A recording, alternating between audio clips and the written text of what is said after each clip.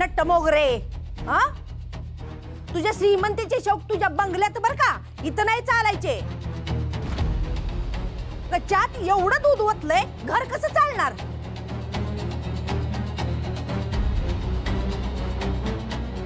जाऊ दे, आता एवढा बनवलाच आहे तो टेस्ट करून बघू.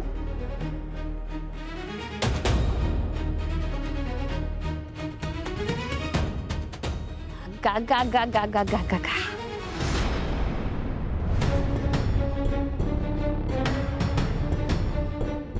हा काय चहा आहे? हा, तू असेल डाएट वर बाई, आम्ही नाही. शोभा, ते काय झालं? चहा बरोबर नाही झाला का? चहा हा, ह्या असला पानसट आणि बेचव चहा उभ्या आयुष्यात प्यायलो नाही आम्ही. आई,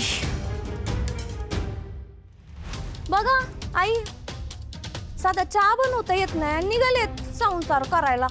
आम्हाच नको ह्याच्या, आम्ही पिणारच नाही तर.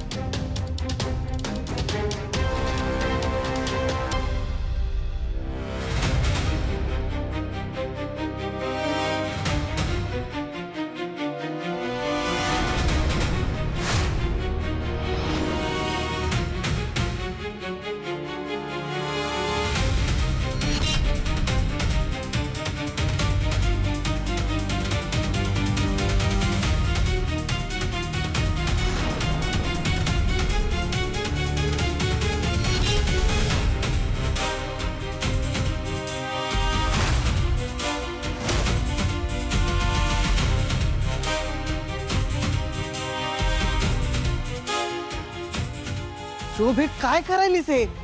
काय करायलो म्हणजे? आम्ही काय असला चहा प्यायचाय काय? आमच्या चहानं होणार नाही, आम्हाला जमणार नाही. अगं, पण ती पहिल्यांदा घरामध्ये चहा बनवायली, तिला माहिती तरी होऊ देत कोणाला कसा चहा लागतो ते. हा, एवढं समजून घ्यायला काय होतंय ग तुला? चहा बनवायच्या आधी तिने विचारायला पाहिजे होतं ना. मग एवढी शिकली सवरलेली आहे ना, मग विचारायची साधी अक्कल नाही का? श्रावणे, इथं लोक तोंडाने कडू बोलतेत, पण यांना साखर जरा जास्तच लागते चहामध्ये. इथून पुढे लक्षात ठेव. हो शोभा, चल जरा आपल्याला बाजारात जाऊन यायचंय.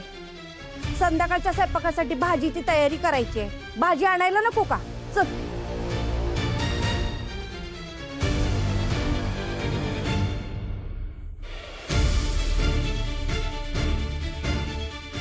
जेवण तरी नीट करू काय आज? चल. मी बी जरा जाऊन येतो, महत्वाचं काम आहे. हे घ्या, नको माझा बी. आजवर ताजर बुवा. हे घ्या तुमचं स्पेशल चहा, पिऊन बघा.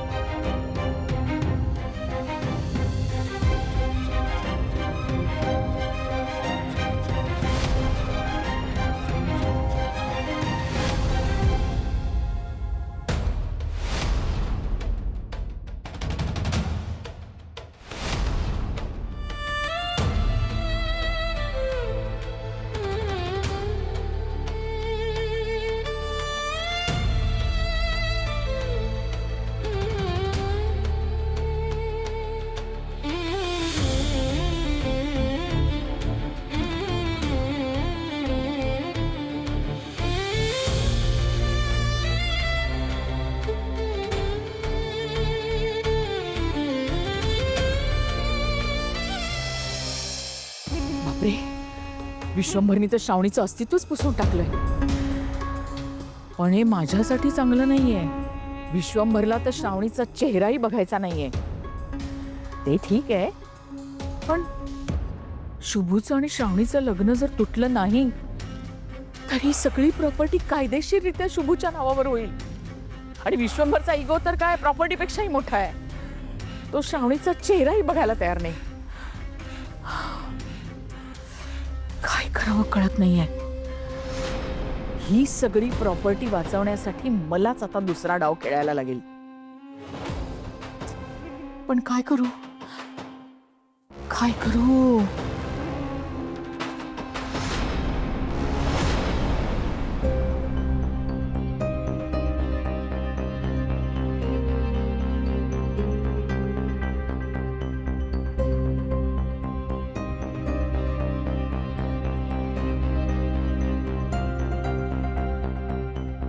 शुभार स्वतःवर ताबा ठेव. लगे असा खचून नका जाऊ.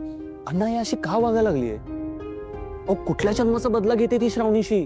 मला सांगा तिचा दोष काय? अहो सानिकानं चुकी केली, तिची शिक्षा मी भोगायची, ती पण स्वीटीशी लग्न करून. आणि आता श्रावणी भोगतीये. मला सांगा हा कुठला न्याय आहे? मला बी श्रावणीसाठी वाईट वाटतंय र. पर तूच बघायलायस ना आई कशी वागायली. माझं काही बी ऐकून घ्यायला तयार नाही. खर तर श्रावणी इथं आली नसती ना तर हे समजा घडलंच नसतं. अण्णा श्रावणी माझ्यासाठी इथं आली आहे. अहो स्वतःच्या वडिलांचं प्रेम माया सगळं सोडून इथं आली आहे ती. तुम्हाला माहित नसेल, सानिका गरोदर आहे, तिला कळलं. आपल्या कुटुंबाची तिला काळजी वाटली म्हणून ती इथं आली. हो समजा बराबर आहे शुभू, पर तुझी आई सुखानं नाही जगू देणार. त्यापेक्षा माझं एक ऐकशील? बोला. तू श्रावणीला हितनं घेऊन जा. नाही बाबा, मी कुठेही जाणार नाही.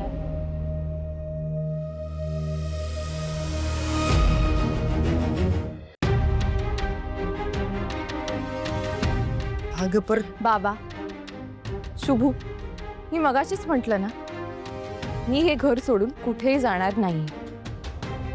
अगं पोरे, पर इथं तुला पावलो पावली फक्त यातनाच मिळतील. अपमान सहन करावा लागेल. त्यापेक्षा तुम्ही दोघ जण दुसरीकडे कुठेतरी जाऊन सुखाचा संसार थाटा ना.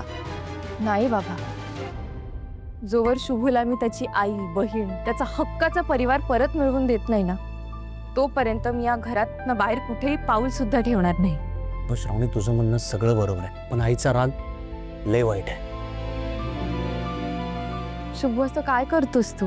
माझ्याकडे गमवायला कुटुंब नावाची गोष्ट कधी नव्हतीच.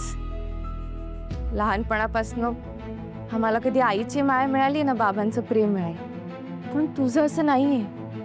तुझ्याकडे तुझे अण्णा, आई, बहिणी, तुझं कुटुंब आहे.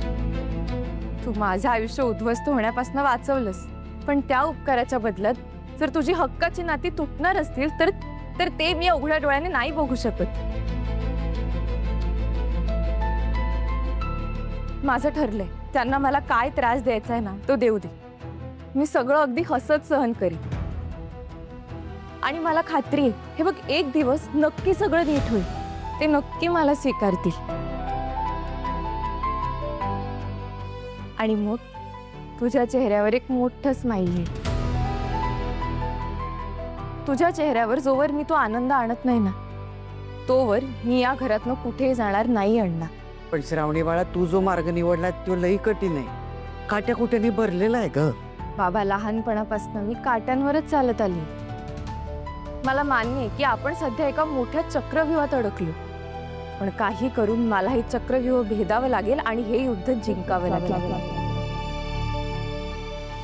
या कुटुंबासाठी आणि शुभूसाठी.